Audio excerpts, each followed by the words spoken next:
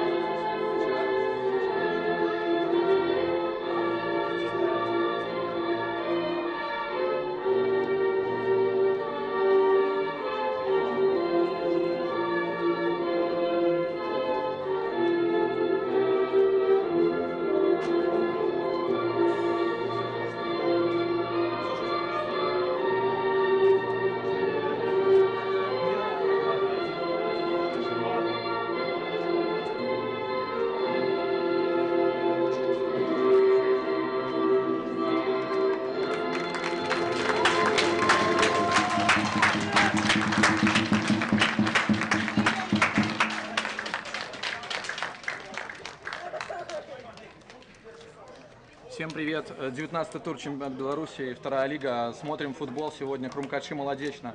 Последний матч этого 19-го тура. Все остальные матчи состоялись вчера, в субботу. Ну, там без сюрпризов. Все лидеры набрали по 3 очка. И сегодня надо Крумкачам побеждать для того, чтобы оставаться в лидирующей вот этой вот группе, не терять ни в коем случае очки. Пока у нас большое преимущество перед Реческим спутником, плюс 10 очков, но все очень в футболе переменчиво, поэтому надеемся на победу сегодня. Видим, как команда приветствует болельщиков.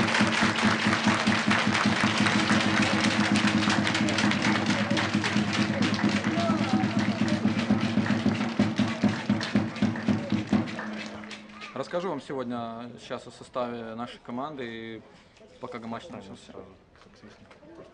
Другая лига чемпионата Беларуси в футболе. Вітаємо в нашому матчі бойців, коментаторів суддів. Олег, куда дели этот самый таймер? Все. Нет, все верно.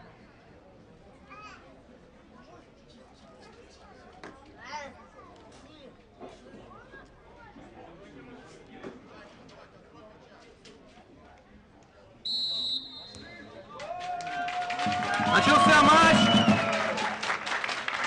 Надеюсь, нам с вами сегодня не будет скучно. Приехали молодечные футбольщики. Послушаем составы команд. Команда молодечная 24. Ларета, номер 1. Павел Шибаченко. Номер 2. Максим Лавринский. Номер 3. Капитан команды Сергей Брос. Номер 4. Семен Маркевич. Номер 9. Алексей Шипов. Номер 17. Павел Голубевич. Номер 15. Никита Дудов. Номер 6. Сергей Галюк. Номер 19. Сергей Грот. Номер 11. Антон Толстой. Номер 8. Дмитрий Костюк. Головной тренер команды «Молодежь 4» Алексей Литвинов. Представляю вашу увагу склад команды «Крумкачи».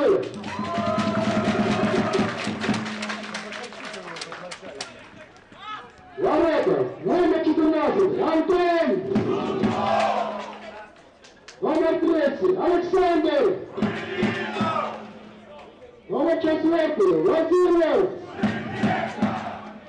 Номер 5, Денис. Номер 7, Дмитрий. Номер 8, Игорь. Номер 10, Олег. Номер 11, Дмитрий.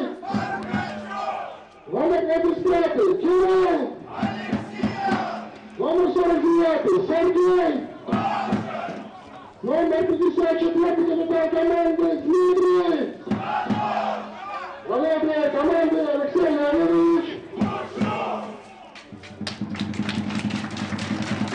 Ну что, Не успели соскучиться по нам, пока мы дослушали состав Матч судит. команд. Главный арбитр Дмитрий Доля, город Гродно. Между прочим, сегодня Дмитрий Доля главным арбитром выступает. Арбитр с опытом работы в высшей лиге. Максим Белов.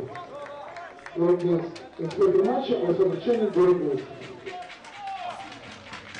Значит, повторю для вас состав Крумкачева. В воротах Антон Шунто, в центре защиты Александр Былинов, Владимир Шибека, по краям Гахария справа, Алексеян слева. Судя по расположению игроков, начинает центр поля в опорной зоне Дыбаль, Лукашов, Макаров, Игорь Макаров, номер 8, Дмитрий Жданов, 54 номер Дмитрий Жданов, а в нападении Сергей Кошин и, судя по всему, будет Дмитрий Прохачев выступать на профильной его позиции. Напомним, предыдущие игры Дмитрий Прохачев проводил на левой бровке, там, в основном в обороне. Скорее был вынужденный уход, но очень хорошо Дмитрий, перешедший команду в межкруговой паузе из Городей, выполнял функции бровочника, и видели мы его самоотверженную игру на этой позиции. Очень важно успевать было в обороне и в атаке, и вполне он с этим справлялся.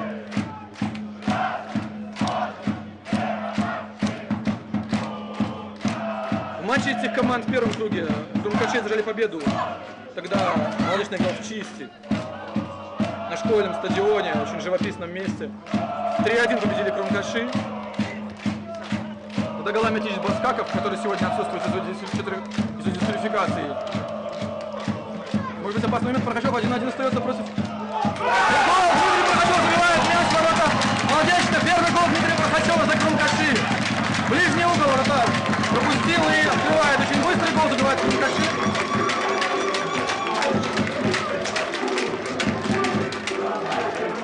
Вот так вот быстрый гол. Обыграл 1 в 1. Дмитрий Прохачев левой ногой прошивает вратаря в ближний угол. Резвое начало.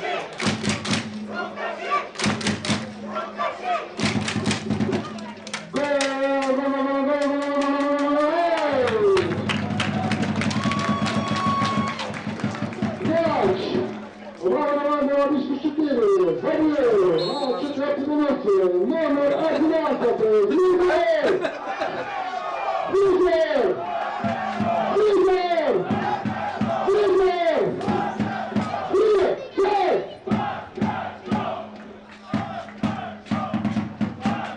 Приветствуют болельщики этот гол Дмитрия Прохачева. Все ждали, когда же он отличится забитым мячом. А вот опасный момент уже может быть ворота Крумкачева. И удар блокирует Владимир Шибека. Там не разобрался, наверное, Гахария, опередил его 6-й номер Молодечный, но, можно сказать, ответили гости и будут подавать угловой. Вот так, не успели мы толком войти в игру, а уже первый гол у нас случился.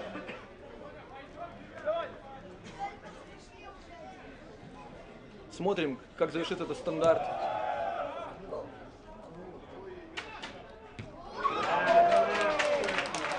Неплохой для американского футбола удар продемонстрировал футболист Молодечный.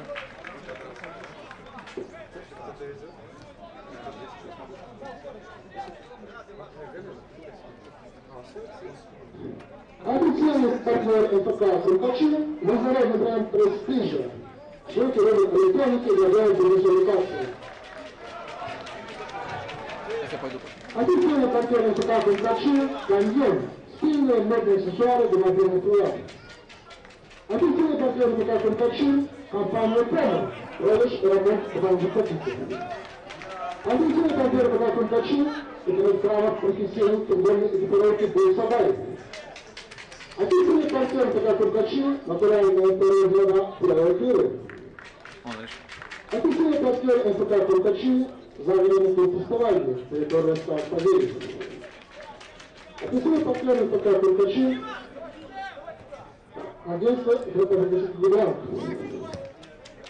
Официальный партнер НПК Крумкачи, национальный аэропорт Минск.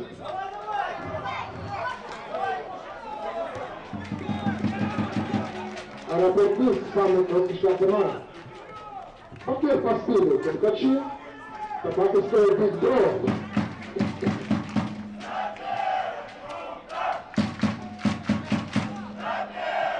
Да, Да, вот так вот решение Алексея Кучука и вынужденное, вот это, может быть, решение оставил в запасе Алексея Ходневича, дисквалифицирован Баскаков, но вышел в нападение Дмитрий Прохачев и тут же отличился. Смотрим, как будет дальше матч развиваться. Незадачу отдал футболист. Молодец на передачу, могло быть опасно, в принципе.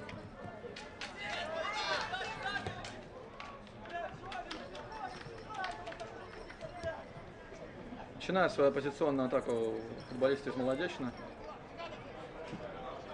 В нападении у них опасный известный игрок Сергей Крот. Один из лучших бомбардиров в истории вообще всего белорусского минора. А у нас в нападении не менее известный Сергей Кошель, который в прошлом туре стал лучшим бомбардиром за всю историю Крумкачев, забив свой 27-й мяч за клуб.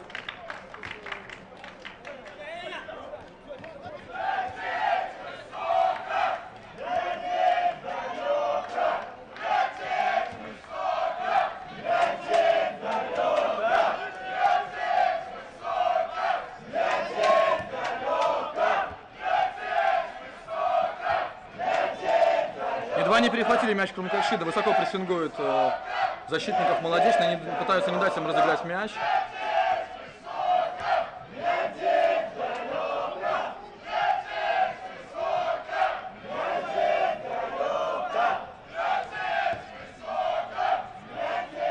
И ошибается вратарь Молодечно, выбивает мяч в аут. Он переходит к Крумкачам.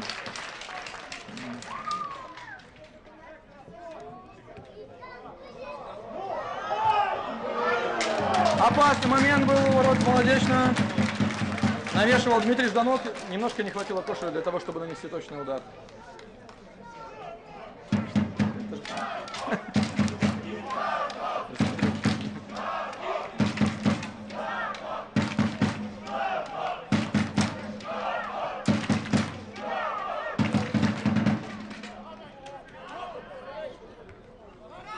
Выигрывает Сергей Крот мяч. Вот сразу двоих футболистов Крумкачев.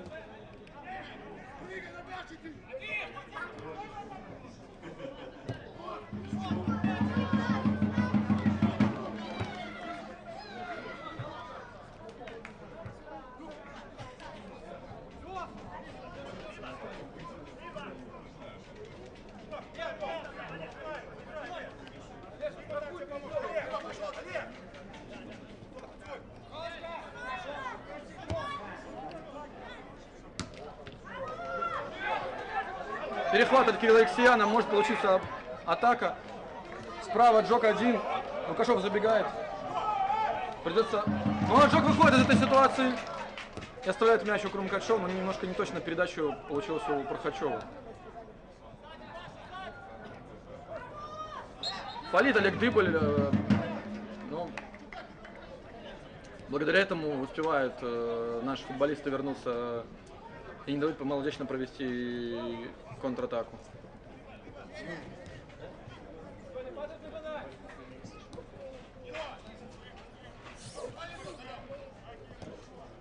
Приходится Сергею Кроту отходить назад довольно глубоко, чтобы получить мяч. Самый опасный, наверное, футболист. А вот он перехват и пас! 1 на 1 выходит Джок. Как-то немножко медленно убегает, но все, придется игрокам возвращаться, помогать Джоку, но как-то немножко тяжеловато бежал Кошель и не смог 1 на 1 даже выйти. Ну, опасный очень момент был. Хорошо отдавал Жданов на Кошель в этом эпизоде.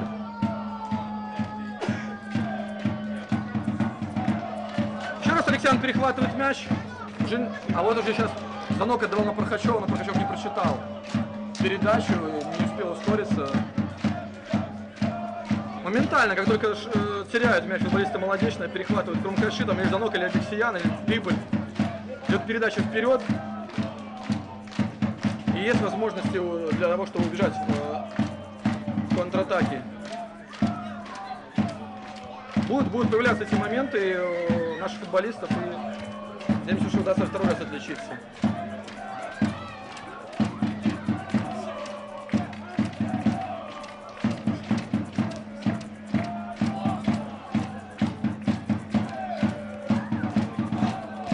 владеет мячом Молодечна, неточная передача и будет удар от ворот.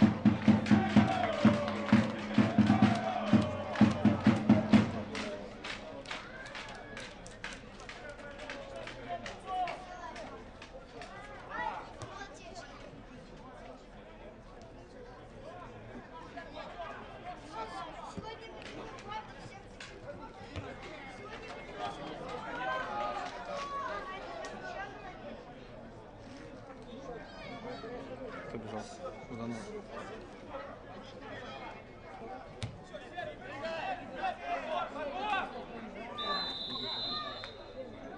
Вне игры поставил арбитр, там Крот опять выиграл борьбу в воздухе, высокий нападающий, но зафиксировал положение вне игры боковой арбитр.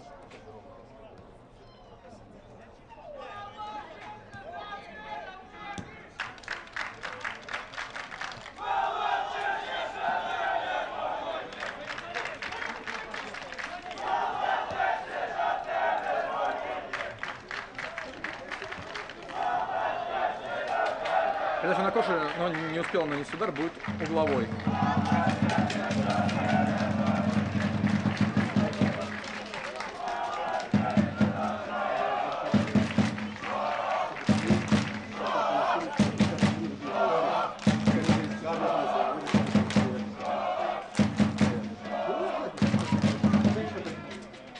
Макаров разыгрывает мяч с Былиной. Идет подача. Но! А, там рука. Это же не Витя с Батэ, что ты говоришь. Там мяч попал в руку Дмитрию Жданку, кажется, и не удалось завершить атаку ударом.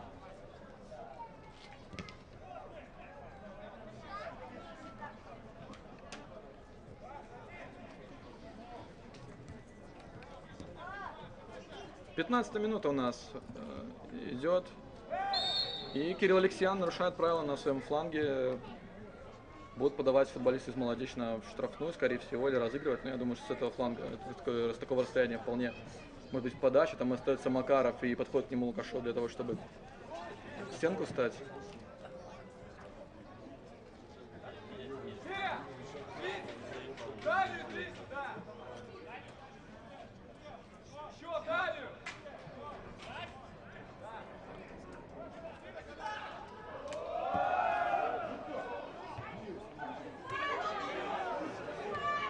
Очень опасно было.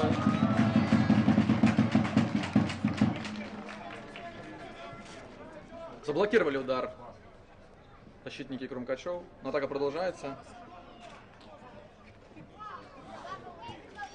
И Былина выбивает мяч после навеса, не дает мячу пройти во вратарскую. И продолжится атака Молодечная. Не могут Крумкачи выбить мяч в центр поля, то есть такая затяжная атака получается, но уже приходится возвращать мяч назад гостям.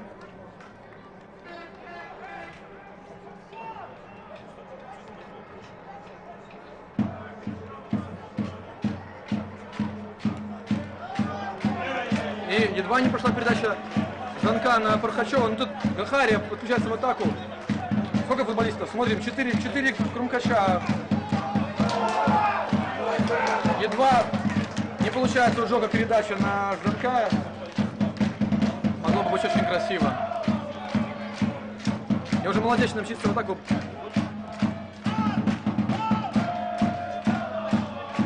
Неточная передача.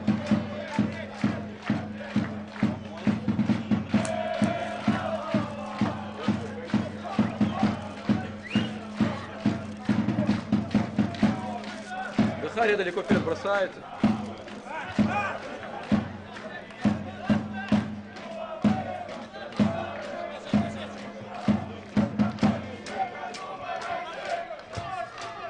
Разворачивает такой звонок на левый фланг, там Алексеян один.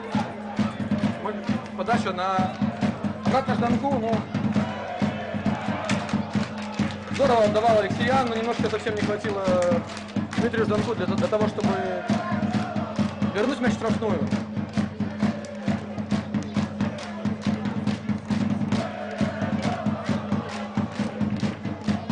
И опять будет вратарь Молодечный убивать мяч вперед, а не разыгрывать защитника.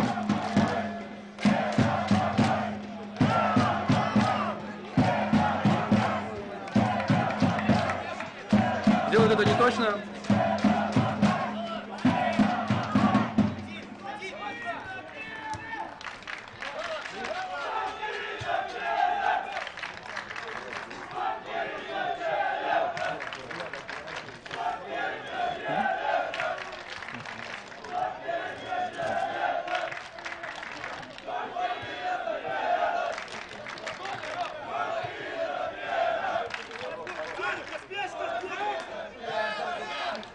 Да ты, блядь, показываешь.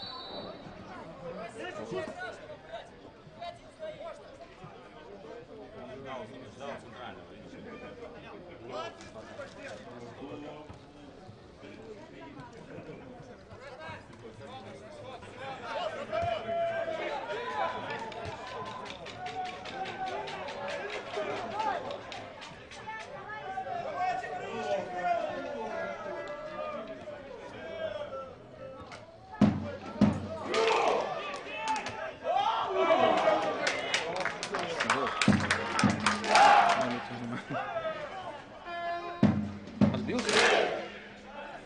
Отмотал.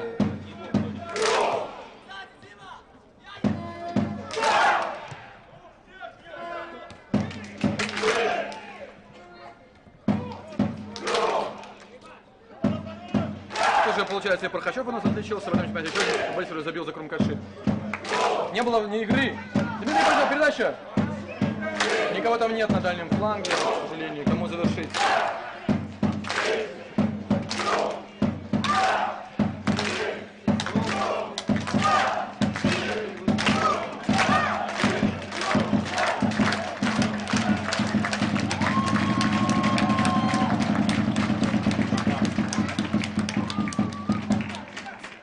Пытался нанести удар 11 номер Молодечно, но был заблокирован удар.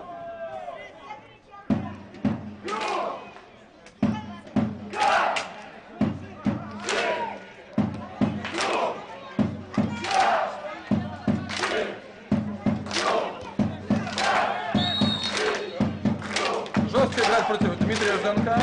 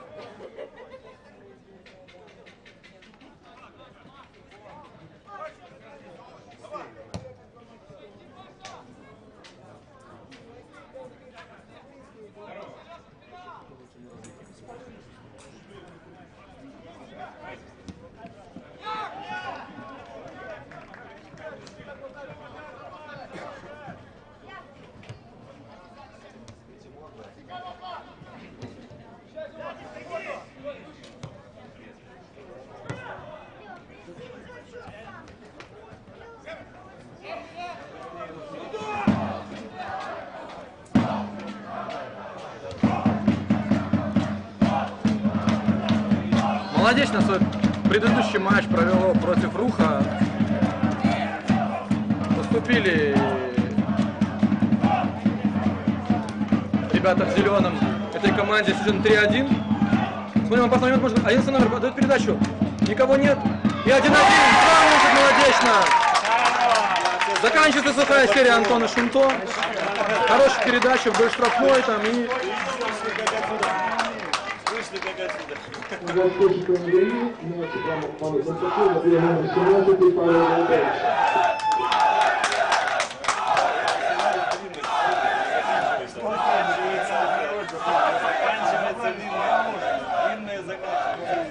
Вот так вот, не будет просто никому с этой командой. Только я сказал, что боролись они упорно с Рухом, проиграли 3-1, забили мяч и тут же Молодечно сравнял. Смотрим, чем ответит Крумкаши.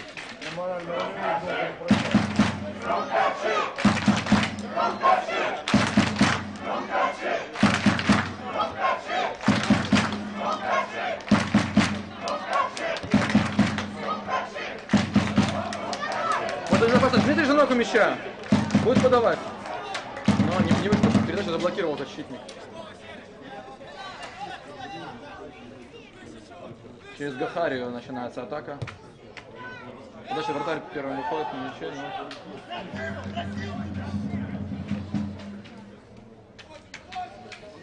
Вот так вот, быстрый гол набили Крумкачи, но Молодечно сумел отыграться тоже довольно быстро, 22 минута у нас. Смотрим матч.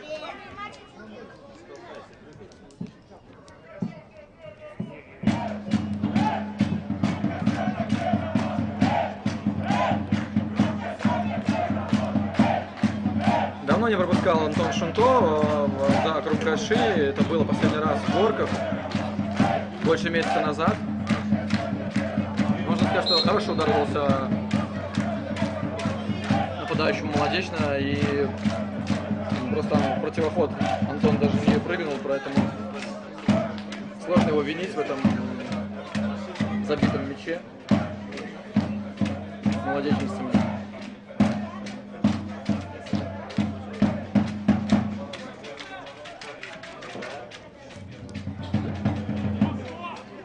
Алексей разыгрывает с Макаровым, подача в штрафную, но первый на мяче. Никого нет на подборе, может убежать Молодечно в контратаку. Смотрим, как располагается команда. Успевает вернуться Крумкачи практически всем составом, так что придется опять позиционно атаковать.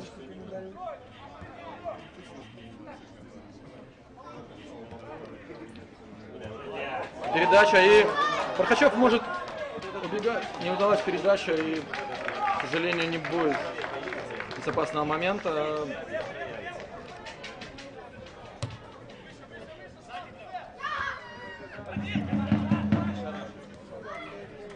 Занок пасует на Гахарию, один Гахария во фланге. Опять высокий центральный защитник, даже, наверное, левый защитник Молодечно не дает подачи. Штрафную, очень фактурный парень. И...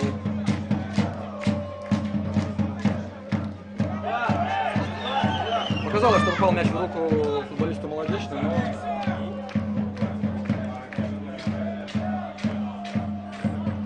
Если даже попал, то, наверное, он не играл рукой, поэтому пенальти арбитр не назначил.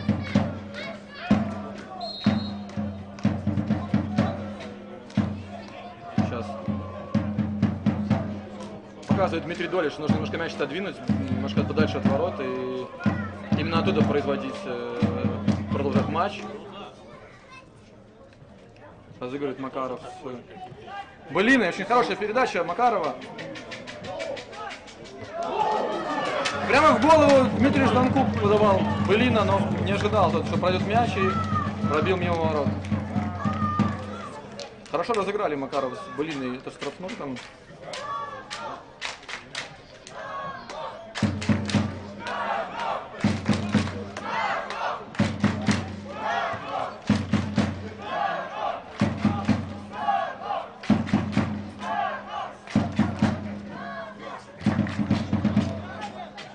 Еще одна закидушечка. Дмитрий Прохачев убегает. Или не уходит? Посмотреть нужно, что получится у Прохачева.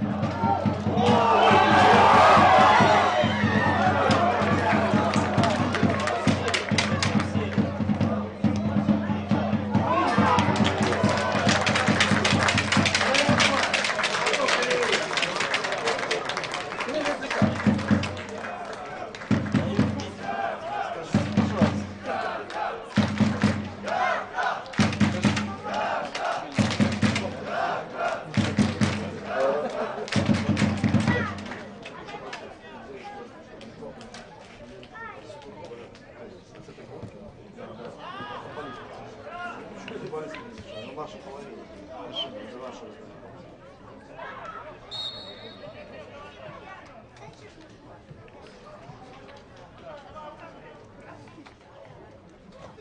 Видели мы опасный момент со стороны Крумкачева, ударил в перекладину, там кто там был, Жданок? Да. Жданок ударил? Интересно, что до матча сразу трое футболистов Крумкачева набрали по 14 очков, после 7 был плюс пас, это Жданок, Ходневич и Баскаков, получается. 13 Баскаков. А кто это? Кошель, да? Жданок. А опасный момент может получиться, опять неточная передача Прохачева, не дается им что-то вот вместе сыграться.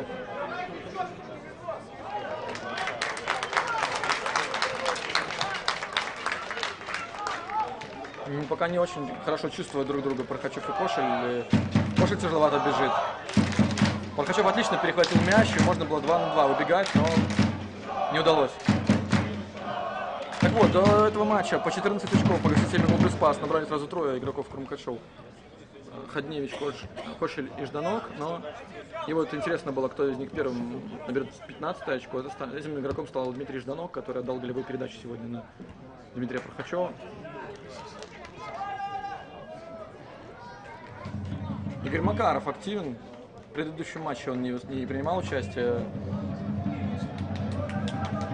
против Клецка. Подача. Вера на мяче. Дыболь. Он может хорошо пробить, но отдает мяч на Гахарию.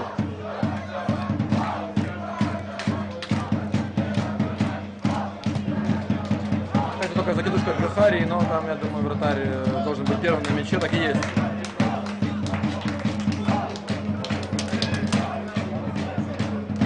Мог у нас и Гахария сегодня отличиться, его удар прошел в метре там от штанги левой. И уже атака молодечная. Немножко получил по ноге сзади 15 номер молодечный от Владимира Шибека, и будет очередной стандарт.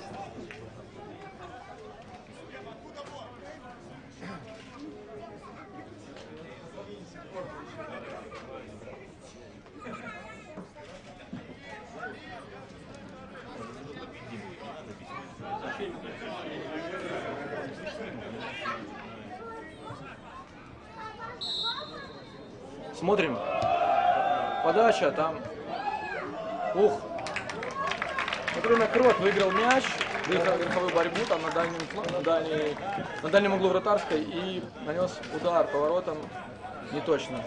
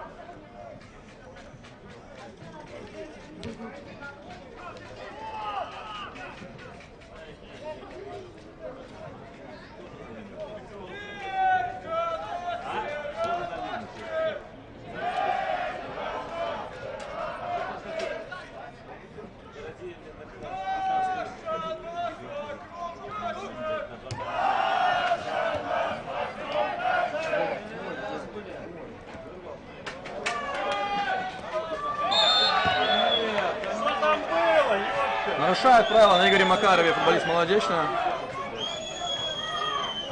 Вставай уже, Что там не было?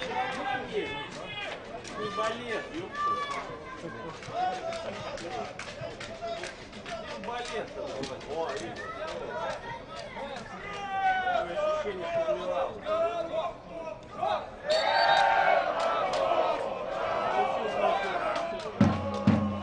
Макаров подает штрафную, выигрывает мяч. Нет, там не выигрывает мяч. Жданок Шебека и будет подача в угловой. Мяч уходит на угловой. Будет подавать. Крумкаши идет и к мячу Игорь Макаров.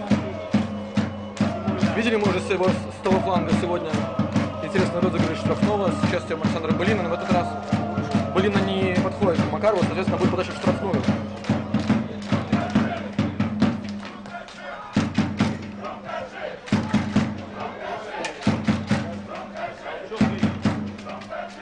Мяч у Былины. Подача. Пархачев мог дубль сделать, но пробил выше ворот.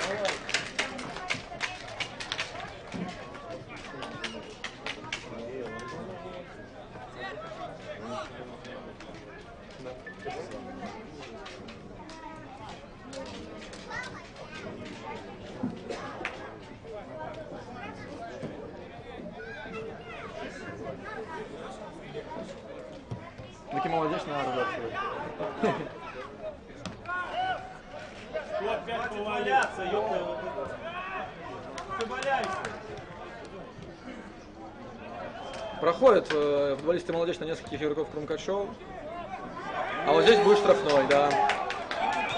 Нарушает правило дубль на... Не вижу здесь какой номер. Нет, там дубль нарушен.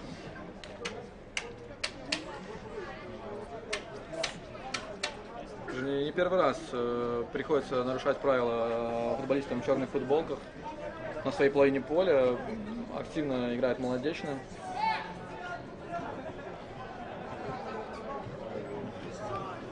Можно отсюда и прямым ударом попробовать.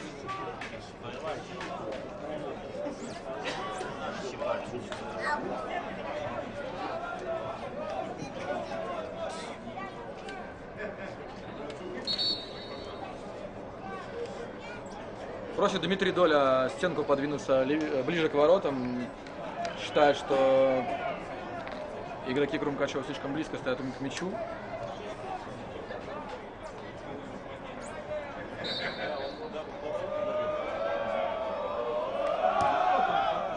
Еще не точно пробивает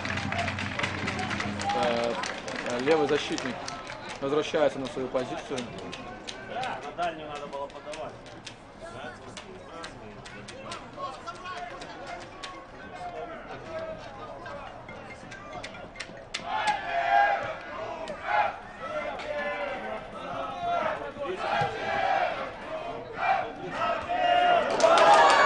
Ну, как-то поздновато немножко поднял боковой арбитр флажок, там был, выиграл.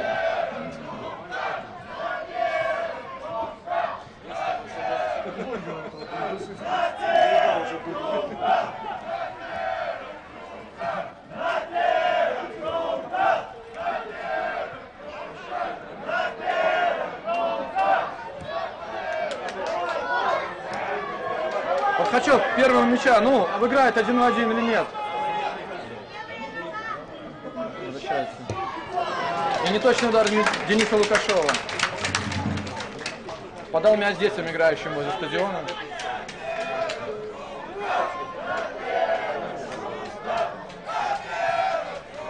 Получил мяч Пархачев штрафной, сразу перед ним двое игроков выросли, и не удалось ему обыграть, пришлось отыгрываться назад, и уже набегающий Лукашов нанес неточный удар.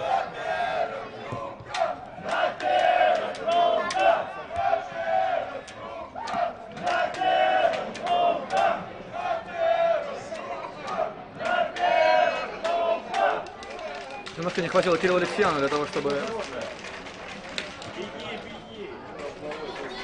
Захария выбивает мяч в аут. Не рискует.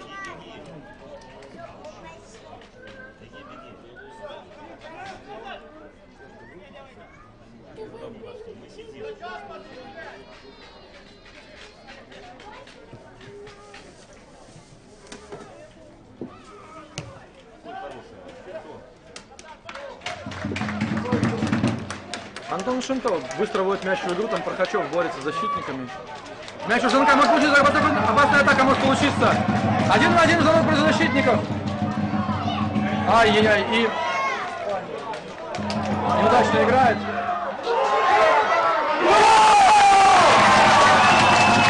Забивает Дмитрий Жданов. Жданов молодечно уже выбил мяч, но подхватил его Кошель, отдал на Дмитрия Жангаев в падении, Жданов нанес разящий удар левой ногой. Что не свистит, нарушение.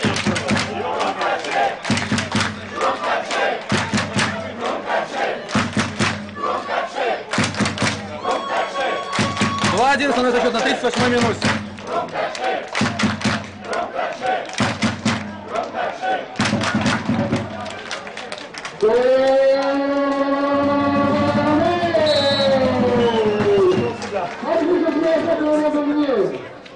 Другой мяч. Ура, 1-4. Галеев, номер 54. Змеев! Змеев! Змеев! Змеев! Смотрите, как Прохачев борется. Я даю передачу на Лукашова. Лукашов первый на мяче. Отлично, Денис Лукашов проходит по флангу. Передача. 3-1! 3-1 за счет.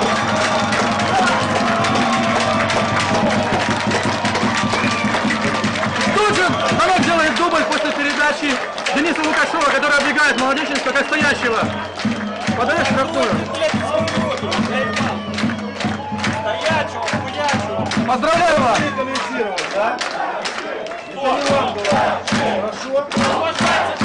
Забивает третий гол. Хорошо?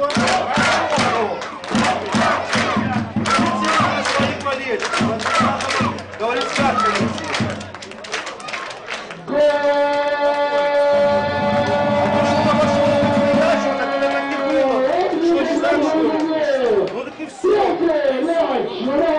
Нарушения не было, правда?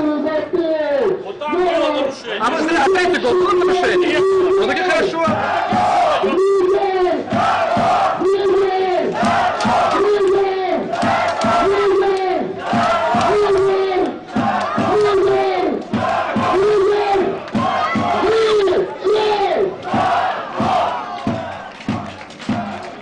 Сразу 2 гола забили Крумкачи там в течение нескольких минут.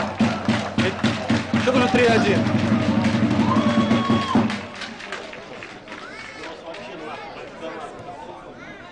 А вы в федерации работаете? Да?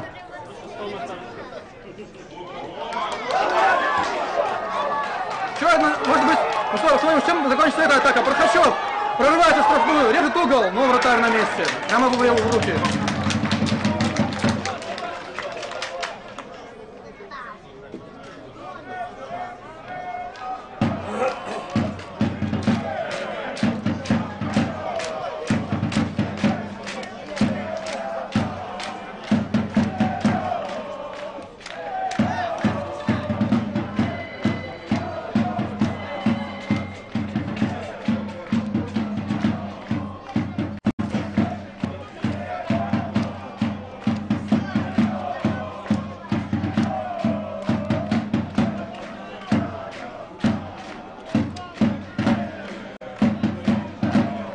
Завелись болельщики Крумкачева после этих двух мячей. И вот выигрывает мяч. Игорь Макаров выигрывает мяч в центре поля. Денис Лукашев не торопится, отдает Жданку, Гахаре. Сохраняет мяч. И будет разворот на другой фланг.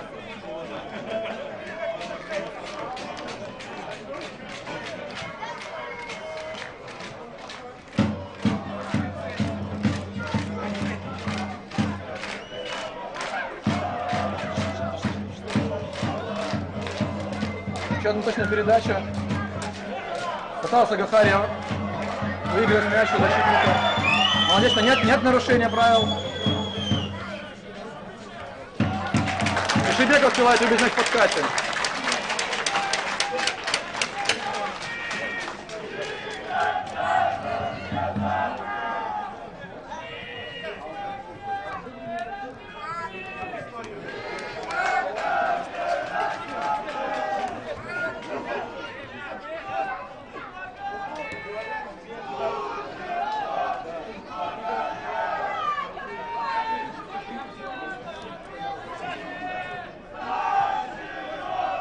Остается пару минут до конца первого тайма.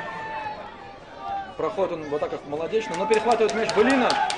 Отдает на Прохачева и очень быстро получается атака, но Прохачев не смог исполнить передачу на Былину, а Былина практически оказался на позиции центрального нападающего в этой атаке. Приходится ему сейчас очень быстро возвращаться назад.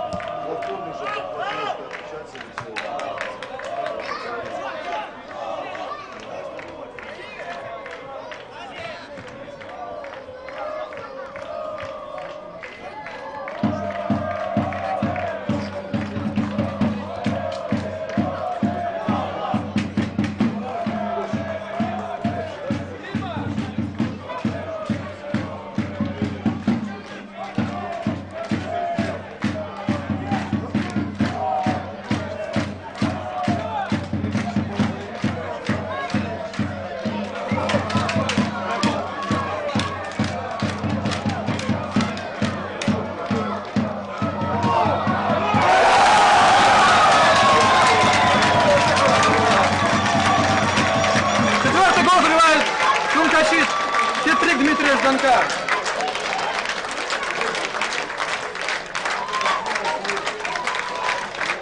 До свидания.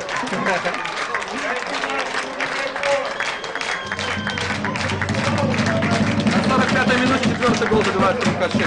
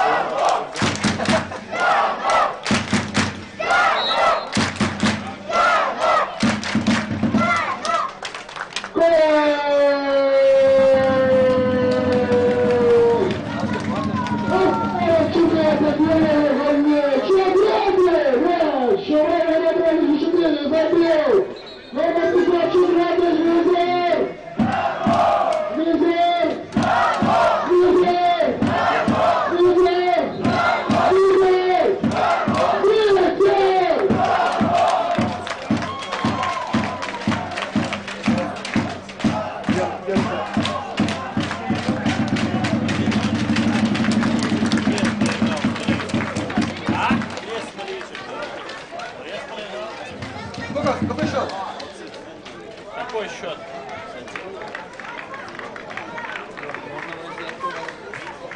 А у нас сейчас перерыв, и это означает, что сейчас состоится главный конкурс кулероя. Нам потребуется 10 желающих участвовать в конкурсе. Давайте посмотрите вниз, там будет после важно. Тот, кто знает, как будет больше важно, получит преимущество. Лешек, ну помаши.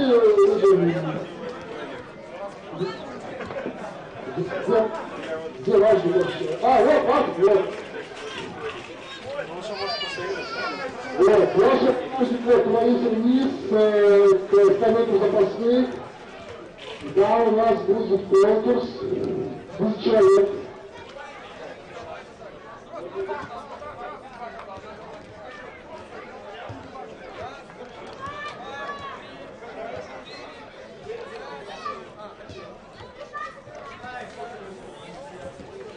Конкурс.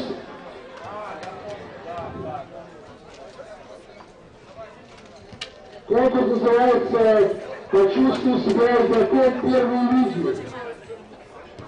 На тех, кто может быть в теме, неделю назад игрок первой лиги из команды «Варла» летел свою бутсу с судьей, и у нас по поводу конкурса нашего партнера «Бутсабай» на метание бутсы на дальность. Каждый участник этой попытки почувствовал себя игроком лиги. Ну, есть что-то тоже.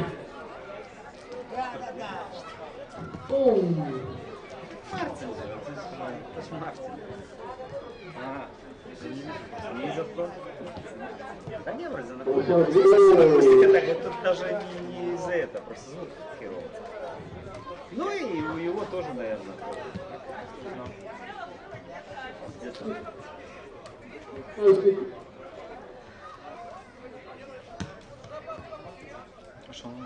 Бутсу на дальность слепнуть. Вот, чуть детенку в башку не зарядил. Молодец. Куда они бросают? Туда?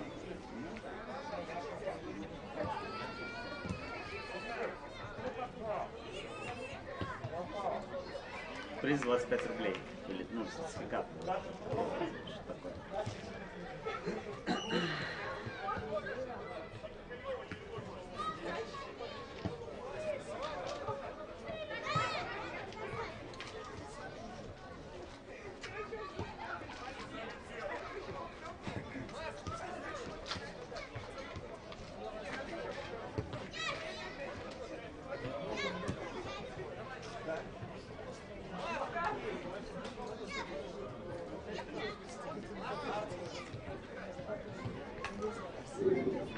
Вот, сейчас он забросит на человека снимать и... Да, нет. Кажется, у нас видно. Ну, и все работает.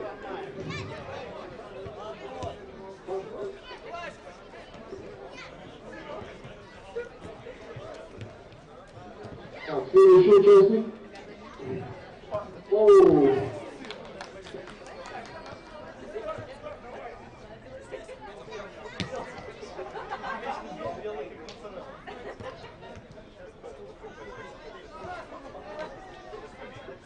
Давайте подделим следующего участника. Так, кстати, как будто две головы.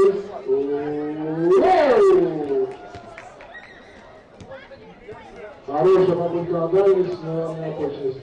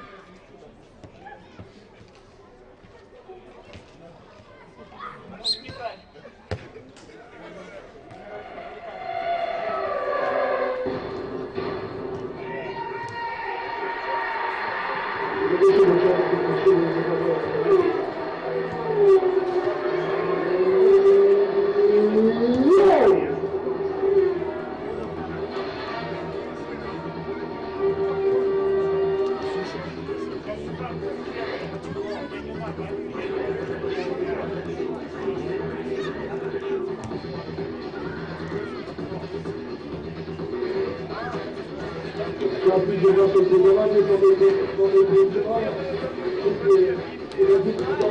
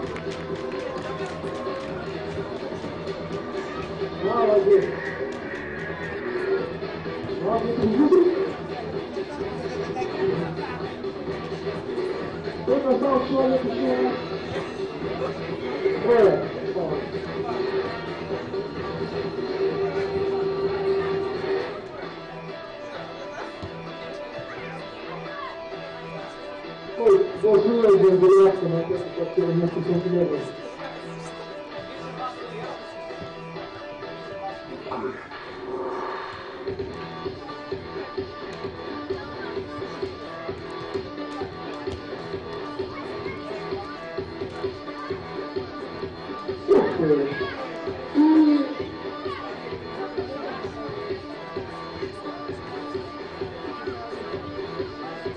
Тут передача на предприятие конкурса.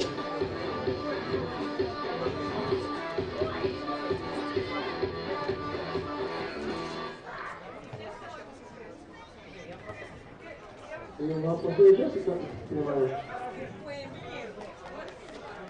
Понял. Ладно. Ох ты, еще один почти рекорд. Все, остался последний участник. Я не бросал.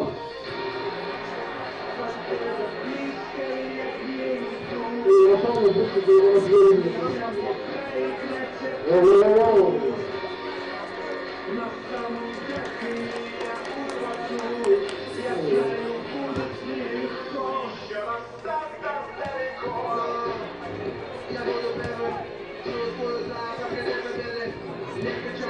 У нас последний бросок, как я понимаю.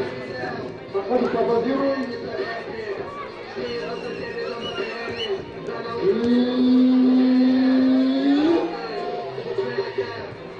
Щегольский был.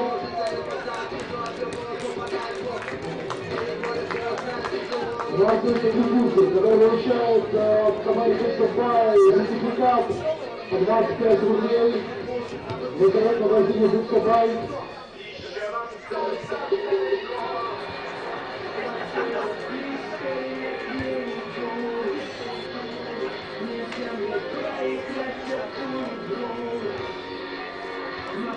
Благодарим телевизору. Спасибо большое всем участникам. Это секретарь.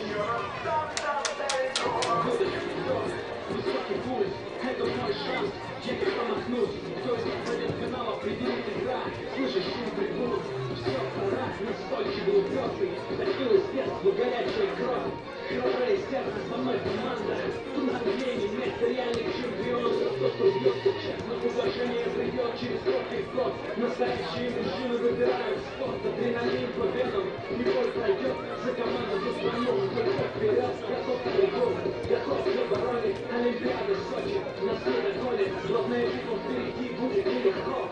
Сейчас я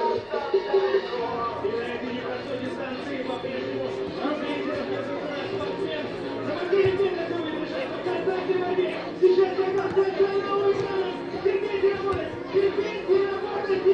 И посмотрите! Удается честный посеменный народ впереди! Победа близкая к нему. Нельзя мне проиграть эту игру. На самом верху я упаду. Я знаю, будет легко. Победа близкая к нему. Нельзя мне проиграть эту игру. На самом верху я упаду. Я знаю, будет легко.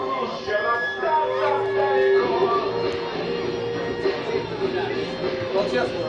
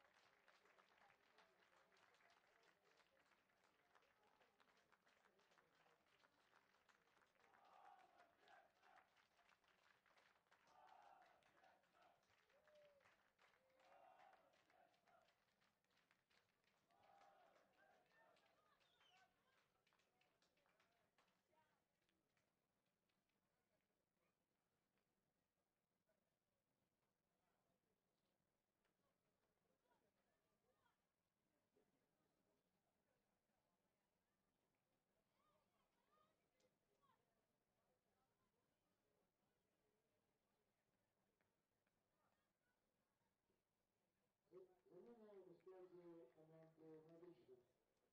Повторяю номер 10 Косук, выверши фирму на все будет Громоглеев.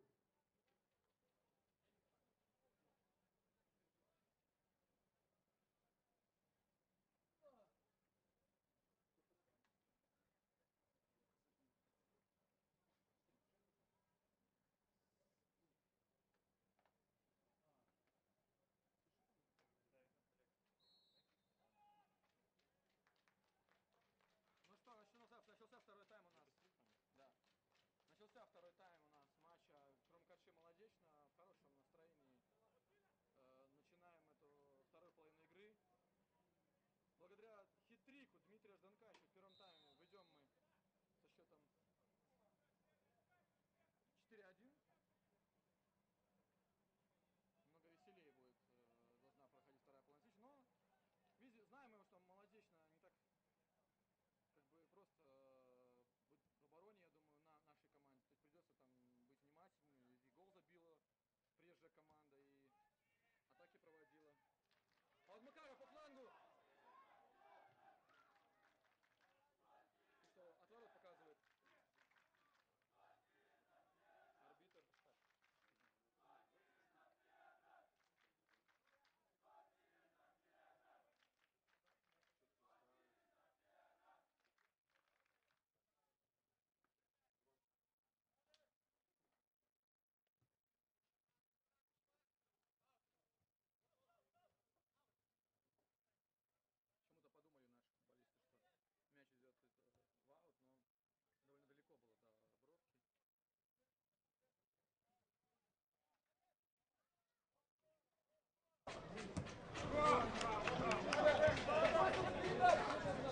Подсказали мне, что... Вот, конечно, беда, смотрите, какая передача. И вот 11 номер Молодечно в штрафной Крумкачев. Не разобрался здесь. Хорошо отдавал ему передачу партнер по команде, но... Вот то, о чем я говорил, что нельзя давать Молодечно атаковать, потому что вполне можно получить второй гол в свои ворота.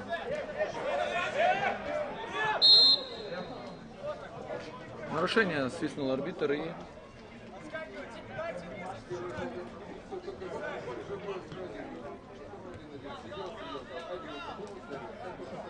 Напомню, что открыл счет в этом матче Дмитрий Порхачев в самом начале игры, на 5-й минуте. Потом Молодечно счет сравнял на 20-й минуте, но хитрик Дмитрия Жданка сделал разницу пока между командами. Именно Жданок сейчас оказался в положении вне игры.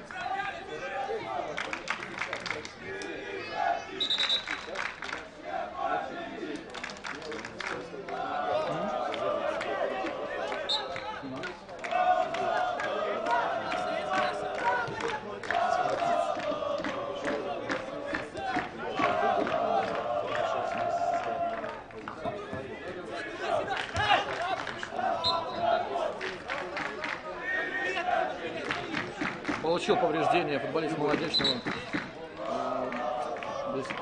Столкновение с дриблем не случилось.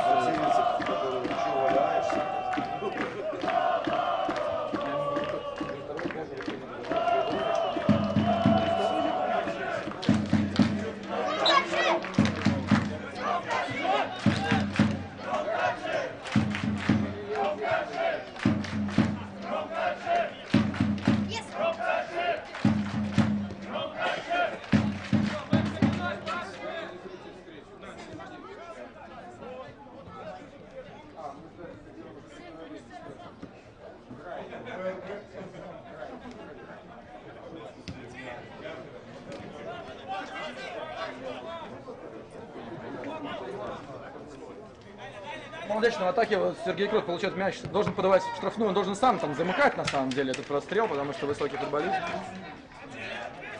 Остается мяч у Молодечно, может быть удар, ну совсем не точно. Повторил 17 номер удар Дениса Лукашова в первом тайме.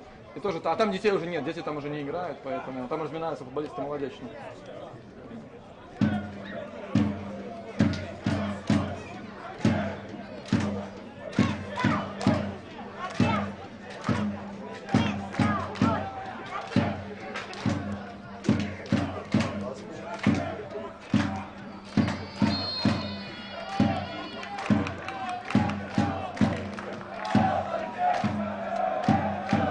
Готовится замена у Крумкачева. Первая замена.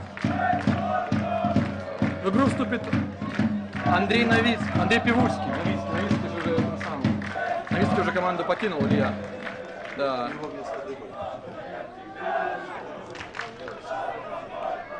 А почему? Плохо?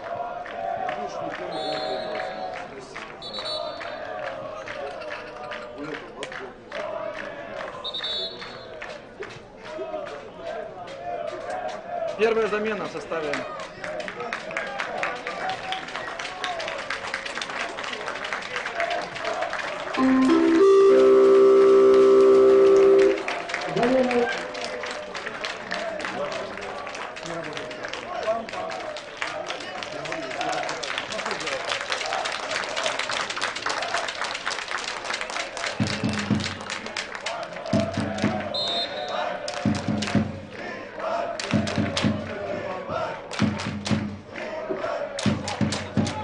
Замена НПК Крумкачи. Замес номера 10 Олега Дыболя. Номер 13 Андрей.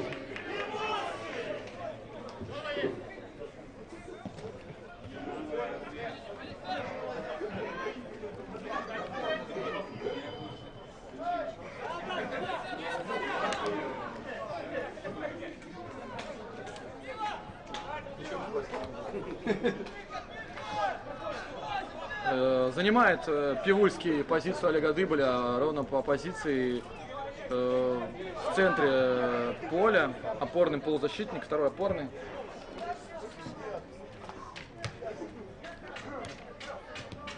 Азанов продолжает напрягать защитные ряды Молодечно. Не далась ему передача сейчас.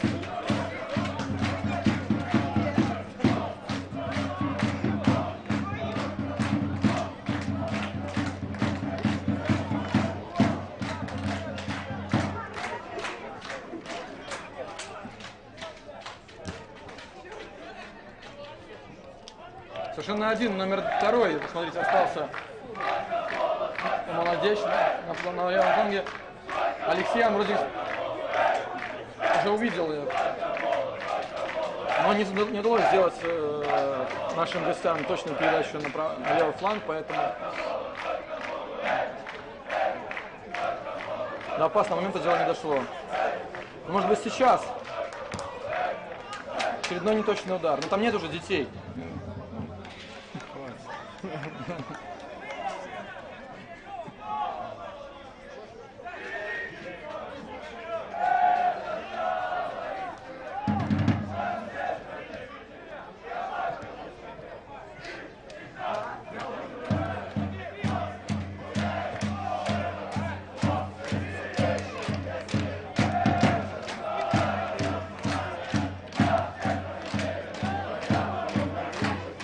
Могла получиться хорошая передача, в принципе, она и была хорошая.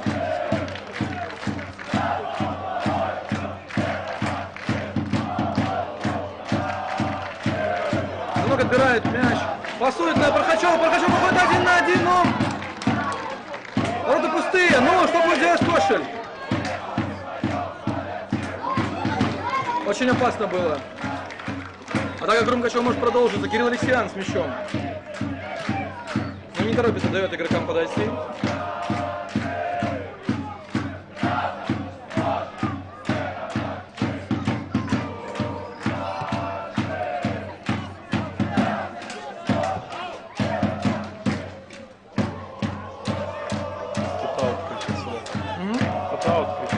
Блинов, наверное. Или боковой.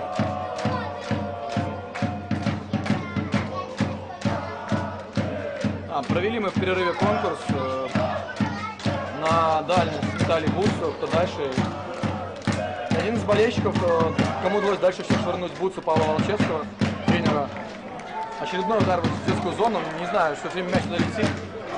Если там было много детей, мне кажется, они бы уже там устроили два матча просто на 4 состава. Да, вот устроили мы конкурс, много, больше 10 участников было, и Победитель получил сертификат от нашего партнера интернет-магазина футбольной экипировки Бутсабай.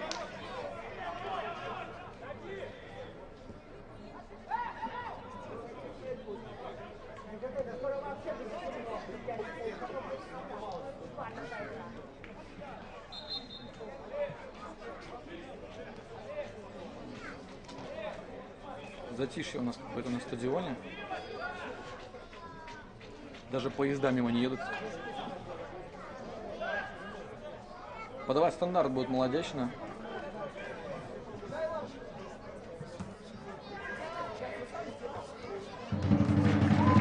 Антон Шунто кулаком выбивает мяч. И не доходит дело до опасного момента.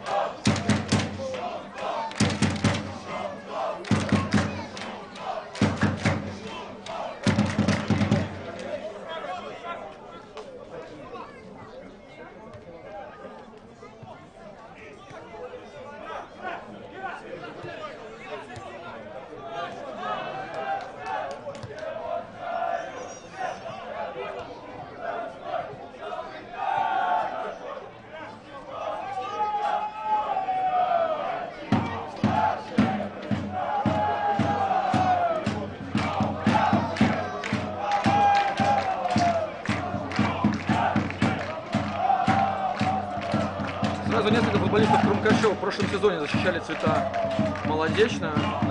Это и Сергей Кошель, лучший бомбардир команды, и Игорь Макаров, и Денис Лукашов. Все трое сегодня на поле.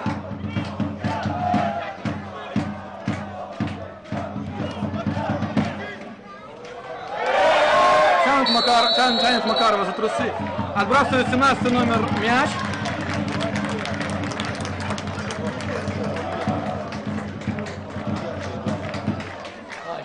Он не играет, он не играет, да, пока у нас не играет? Да, и Антон Гуен еще сегодня, который не попал в заявку, но тоже выступал за Молодечно в прошлом сезоне, нападающий. Еще одна замена готовится в составе Крумкачев. Олесь Филипенко. Пивуйский просто разворачивает двоих в центре поля, исполняет. Кирилл Алексеян не успел остановить мяч, но не дал ему уйти за лицевую линию, будет аут. Немножко не хватило Дмитрию Прохачеву для того, чтобы сжать. Едва не Кошель, до Кошеля мяч не долетел.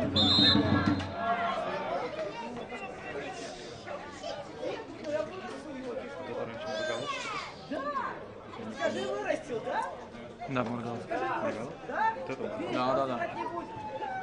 Нет, ты его не вырастил. Смотри.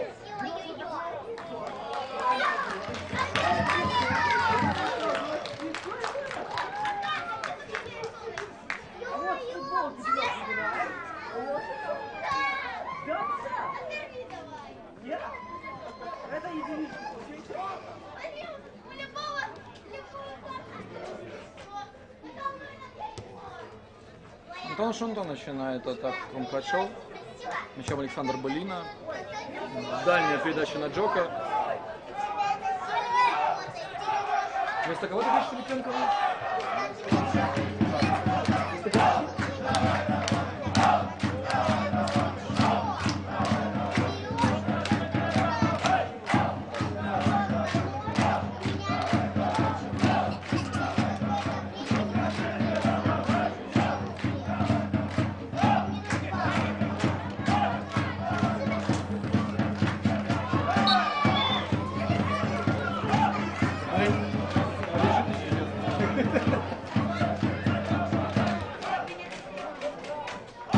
Решает сразу двое футболистов.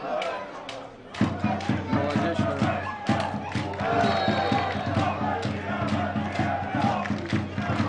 А вот и замена. Вместо Игоря Макарова в игру вступает Олесь Филипенко под 11 номером. Молодой полузащитник, пришедший в Крумкачи в аренду из Минского «Динамо». Нет, все-таки Гахарию.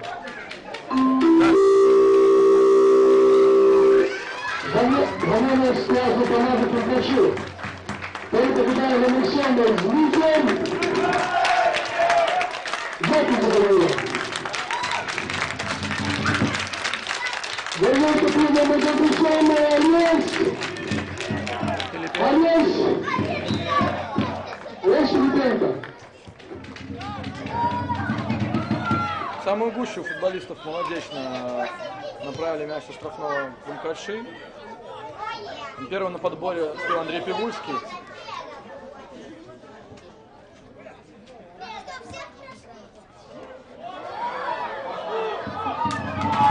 Едва не внесли мяч в ворота Шибека с Пархачевым, но Пархачев нарушил правила, судя по всему. И вот быстрая атака молодечно может получиться, пока Владимир Шибека атаковал, здесь центр защиты, кто должен подстраховать. По позиции оказывается Игорь Макаров здесь в центре и Андрей Пивульский. Позиционно так успевает вернуться Шибека.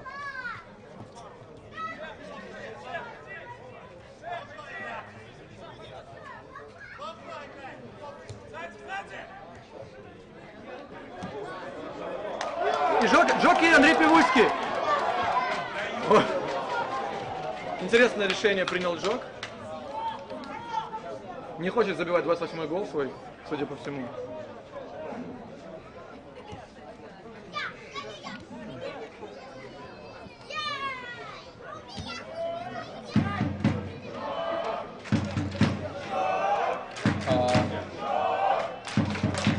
Алеша.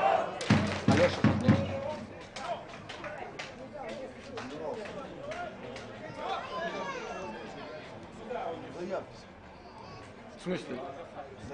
Ну, заявки, да.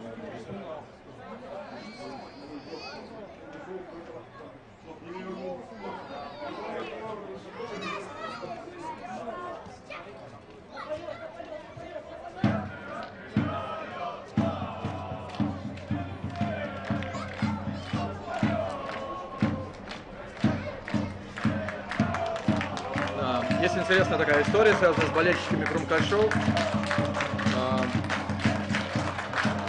Пока там Алексей Ходневич готовится выйти на поле, скорее всего, вместо Джока, расскажу вам о том, что у наших болельщиков появилась кричалка, которая сама в себе содержит строчку из гимна наших, строчку из девиза наших партнеров национального аэропорта Минск. То есть, представляете, болельщики настолько вдохновились этим партнерством, что сочинили куплет песни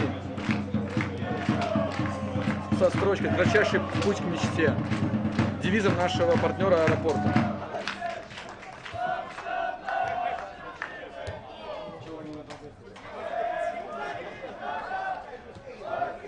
Пивульский так интересно налегке играет, как будто играет не в... Ну, все-таки не против довольно серьезного соперника, а... Ну, это хорошо, на самом деле, что не паникует Андрей. Такая у него позиция, которая не позволяет ему паниковать. Это в центре поля, да, связывающее звено. Ходит мяч у Крумкачева, там Денис Лукашов перемещается на правый фланг обороны после замены Гахарии. Не удалась передача Олесю Филипенко. Вот Былина, который просто... Куда пошел?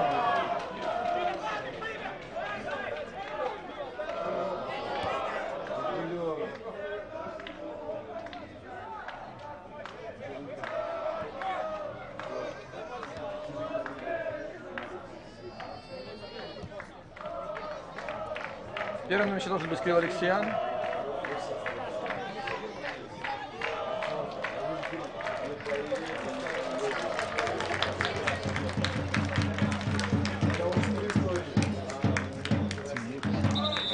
Вот и замена в составе Крумкачев. Вместо Дмитрия Пархачева забил сегодня первый гол за Крумкачи. Посмотрите, их одней.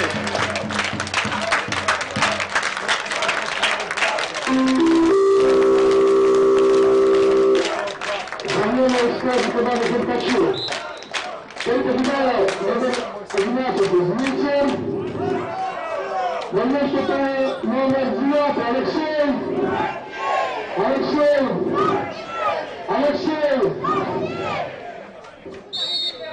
Нарушение, пока мы видели замену объявлял диктор замену Прохачева на Ходневича, получил повреждение футболист Молодечно. Но вроде сам встает без участия докторов. 65-я минута у нас подходит к концу. Счет 4-1. Счет первого тайма остается пока. Не увидели мы забитых голов во втором тайме, но еще все впереди. Много замен уже было у Крумкачева.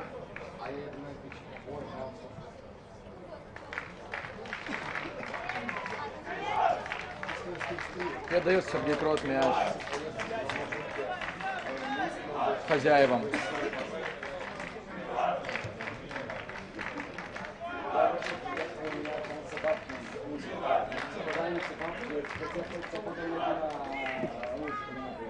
Очередной заброс на Леся Филипенко. Там на правый фланг полузащиты вышел молодой футболист. Разыгрывает мяч там со Жданком. Подача следует, и еще раз придется мяч бросить из-за боковой. Замена тем временем в стадии Молодечной.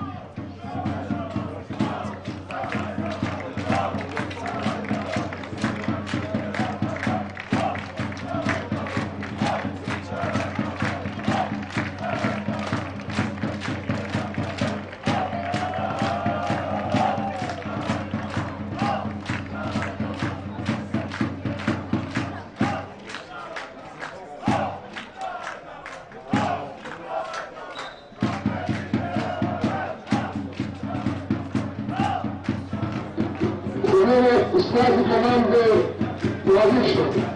Первый капитан Азбакса Антон Толстой. Наступал номер 20 Антон Кушин.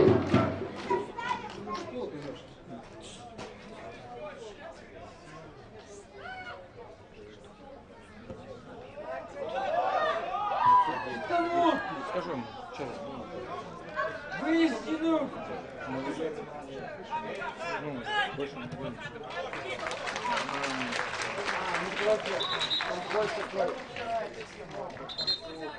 Просит Дмитрий Доля, главный арбитр сегодняшней встречи, еще раз ввести мяч в игру футболистов Молодечно.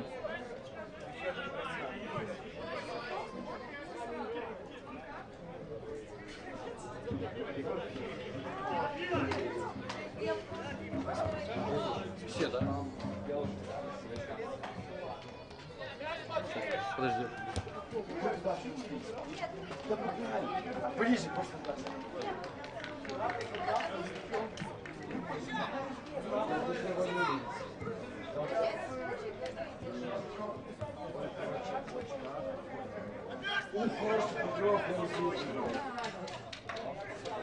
Да иди!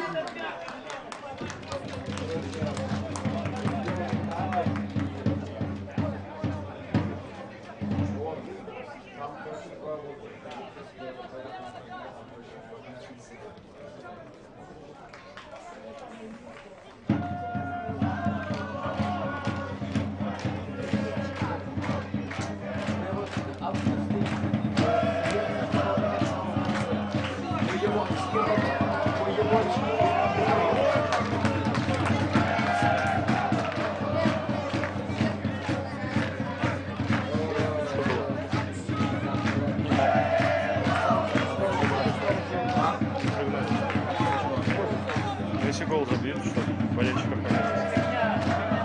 стоят, кто закрывает. Да. Я знаю. У болельщиков? У болельщиков? У наших болельщиков? Ну или наших туда, за баннером. Такая передача. Едва не выиграл Алексей Ходневич борьбу.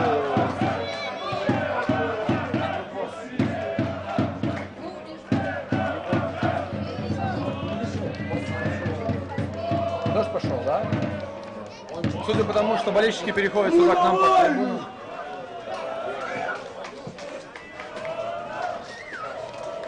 Так сказать, пустеют трибуны, как в Солигорске, можно сказать. Заранее.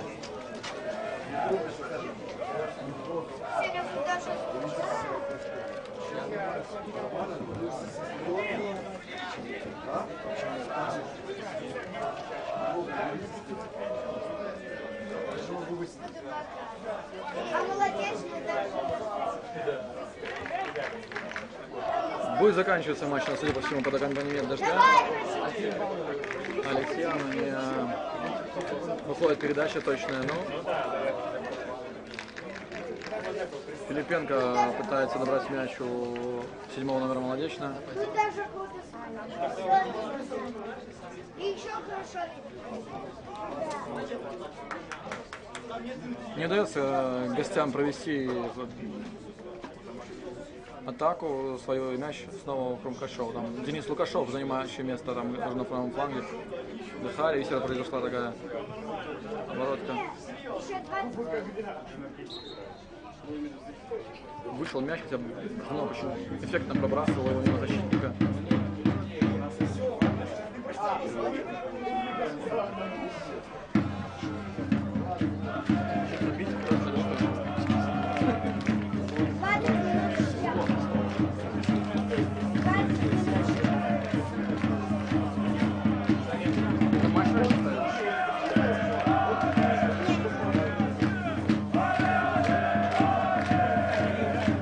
У нас основного времени до конца матча. Крумкаши. Молодец, на счет 4-1. Немножко не хватило. Быстро бросил мяч Одневич на Филипенко. И не хватило Олесю немножко скорости для того, чтобы добраться и отдать в центр штрафной. Там Джок уже набегал на пустой ворот. Пошел разминаться Евгений Брилев Крумкашова. Значит, и он на поле сегодня появится. Вот тут уже точно, наверное, заменит Джока. А сколько голов было?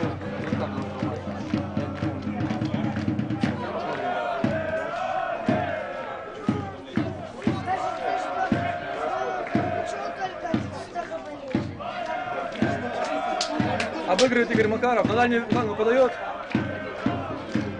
Не ожидал Жданов тоже, что...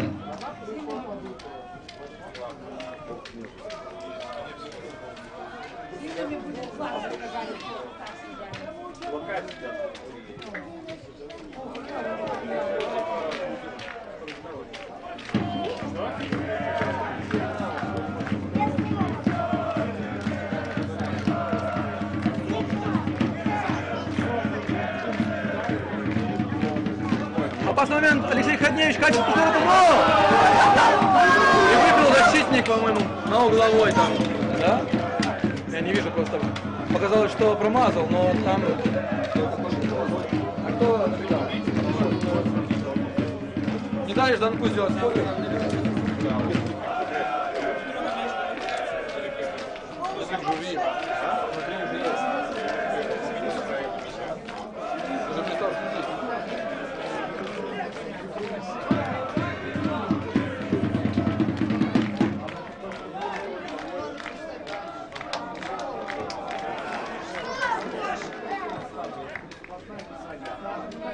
Вот, получается сегодня с учетом этих 3 забитых мячей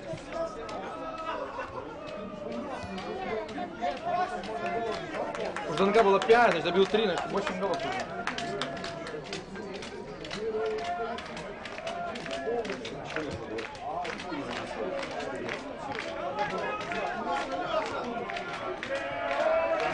Вторым темпом будет атака. Ничего себе.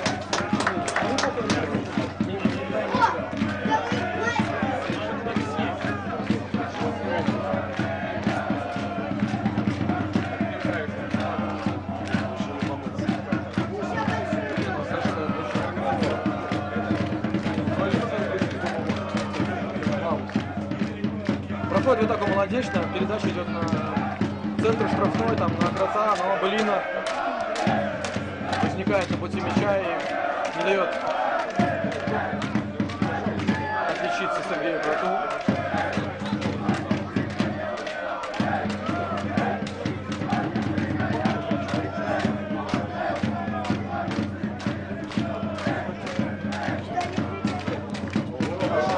И вот он убегает 2-1. Передача на начале Ходневича. Не забивает Ходневич. Классный момент создал Жданов своей передачей, но, к сожалению, не удалось лишь отличиться. Верим, что у него еще есть время. А вот и неточная передача от вратаря. Молодечно.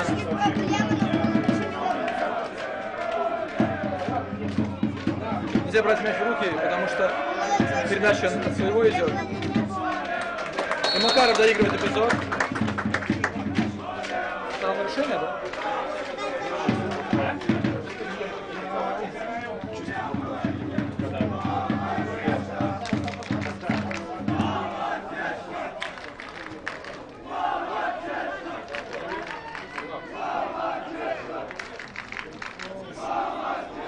Некому отдавать долгим мячом находится Владимир Шебеков. Нам предлагается подавать мячи Сахан Кипеев, игры футболисты футбольной школы УЦР в Минске.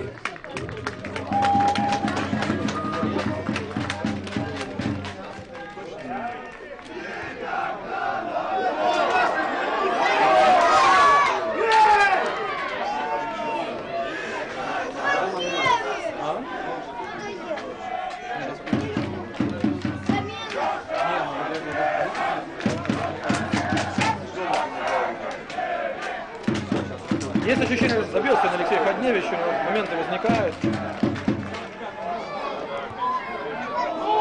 Нет, вне игры зафиксировал арбитр боковой. Сразу и Кошель, и Ходневич сбегали. Ходневич уже готов был пустовать замыкать. И бежать в трибуну. И бежать в трибуну.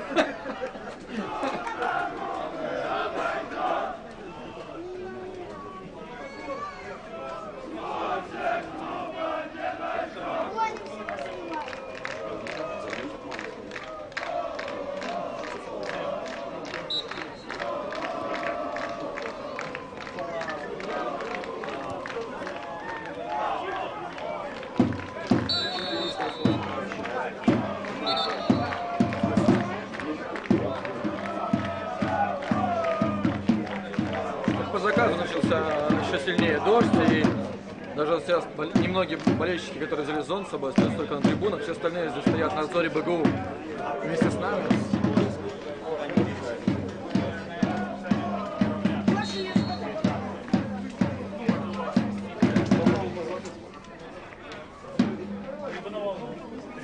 Совсем немного ждать нам осталось до замены. Евгений Брилев выйдет на поле в составе Крумкачу.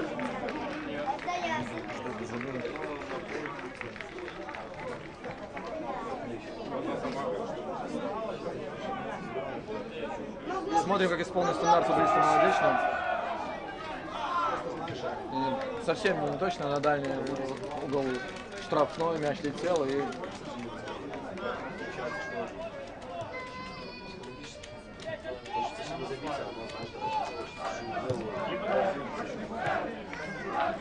Это неплохой был розыгрыш мяча. Очень не ожидал никто, даже футболисты Молодечного, что так будет.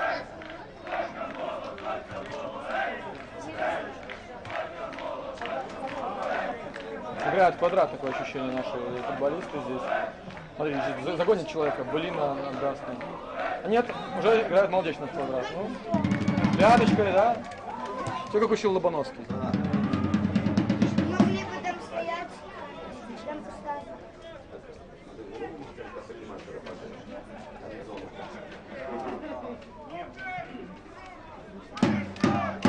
Наверх! Мутка! Мы с тобой! Опять заверх! Алексей так уверенно выпустил мяч, как будто так и думал, что так будет.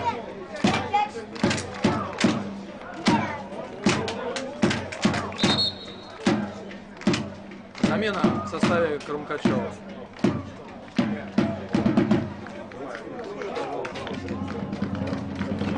Блину забил?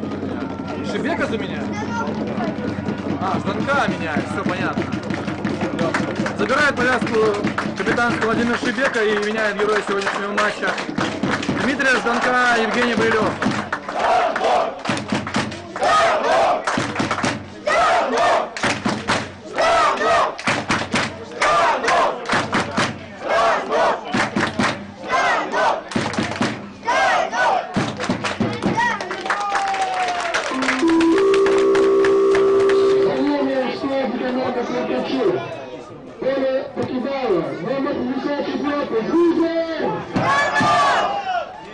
Отличная атака удается Крумкачам. Макаров отдает на Кирилла Алексеенко. Вырывается Александр штрафную. Ничего себе, передача. Там есть Филипенко с мячом один. Номер 20 Евген. Евген Беляев. Классно пробил под перекладину Алексей Ходневич после передачи почти Пивульского, но вратарь оказался на месте.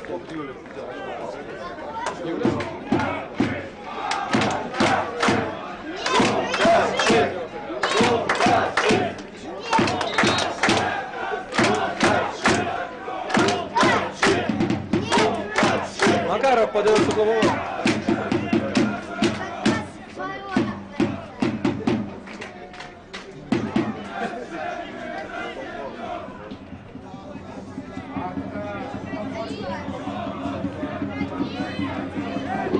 Пауза у нас какая-то непонятная в игре. А, там игроку не дают войти в игру. Пауза затянулась, так сказать.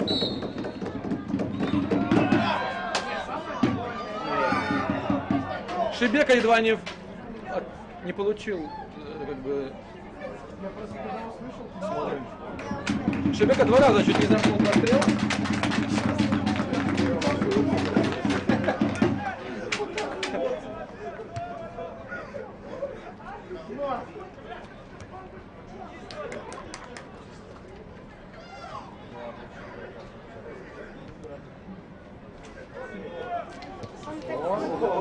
Антошка в игре.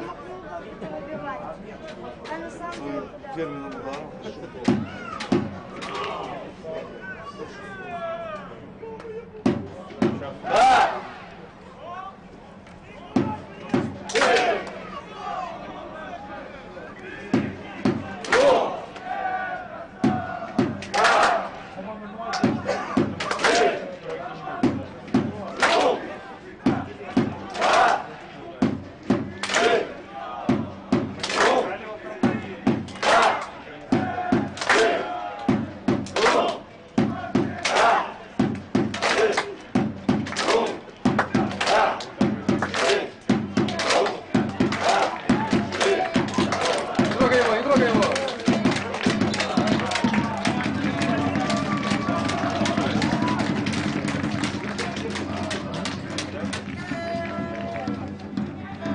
Зарабатывают угловые молодеченские футболисты на 83-й минуте.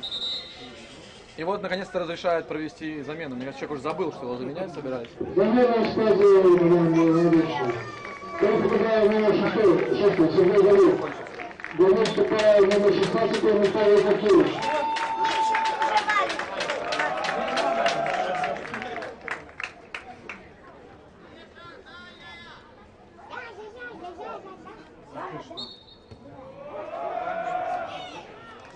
Антон Шунто мешает. Кулаком переводит мяч в аут.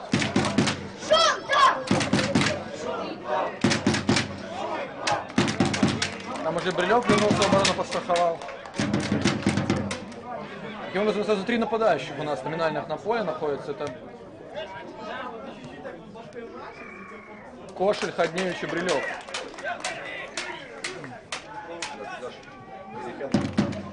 Но он же не нападающий вроде.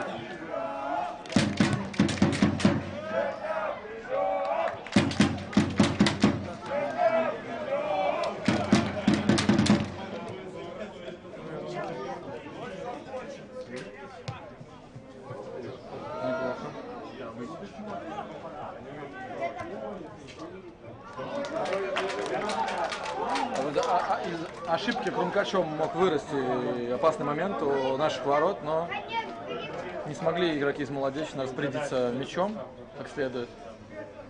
И Антон Шунто будет водить мяч от ворот.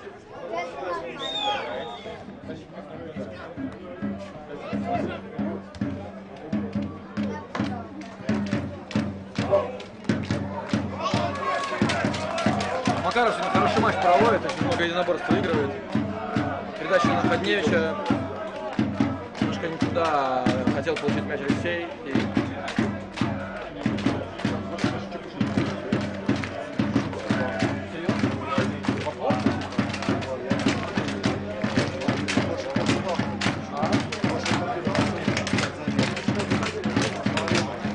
И вот мяч идет Брилеву.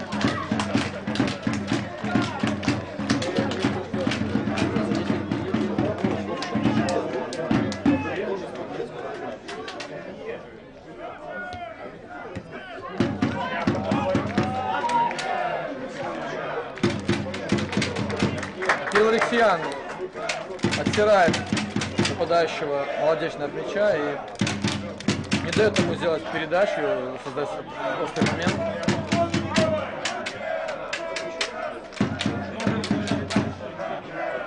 Пять минут у нас остается до конца основного времени матча. Будет что-то добавлено. Женя Брилев успевает к мячу первым. Угловой назначает арбитр.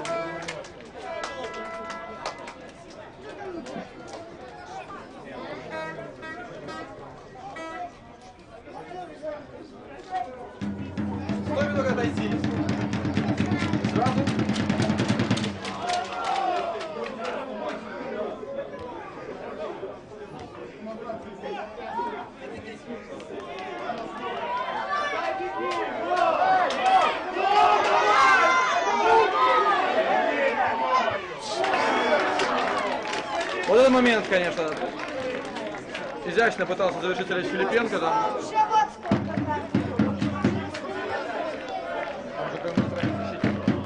Не знал, молодой. Можно.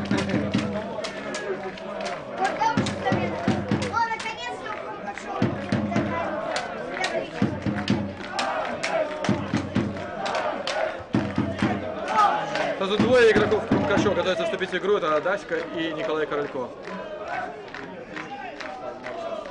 Вот предполагаю, что Макарова заменит и Джока, да.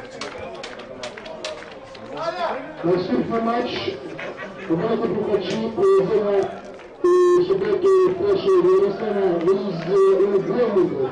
Запрошаємо всіх підтримати команду на виїзді Проспілку. Наступний матч команда Крумкачі проведе 8 вересня у суботу. Что не слышишь, что говорит? Ну, ничего страшного. Устал. Он говорит, 3 литра пива.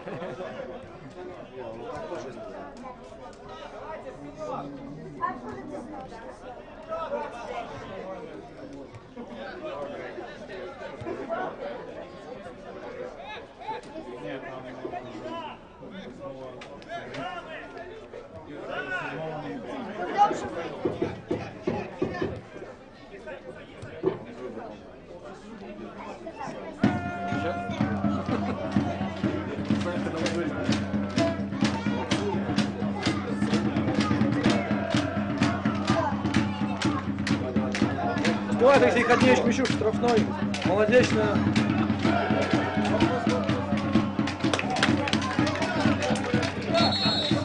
Желанием играет Ходневич, не дает. Очень странно, арбитр, конечно, не дал возможность Крумкачам провести атаку. Уходит Денис Лукашов, меняет его Сергей Даська, 23 номер.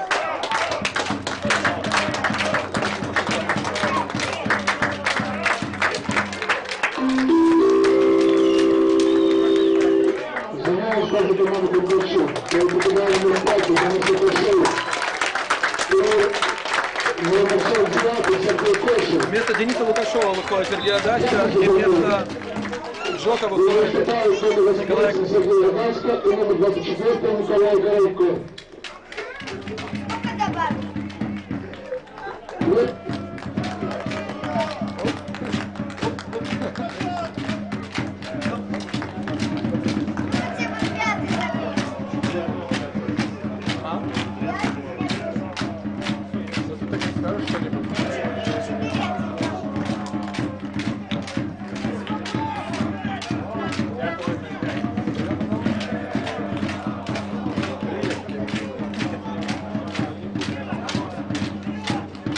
Интересно, что состав остался на поле, Крумкачев, там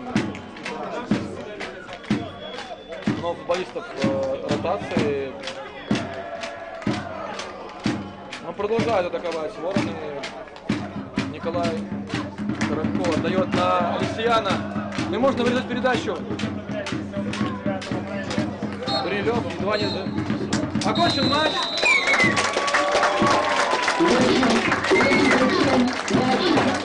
Стал номер 54 Дмитрий.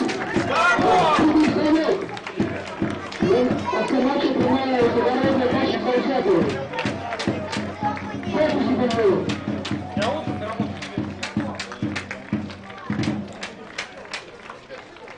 Таким выдался этот матч. В первом тайме было много забитых мячей. Дмитрий Жданок сделал хитрик. Первый гол за Крумкачи забил Дмитрий Пархачев. Молодечно, к их чести, удалось сравнять счет, но на большую команду гостей не хватило.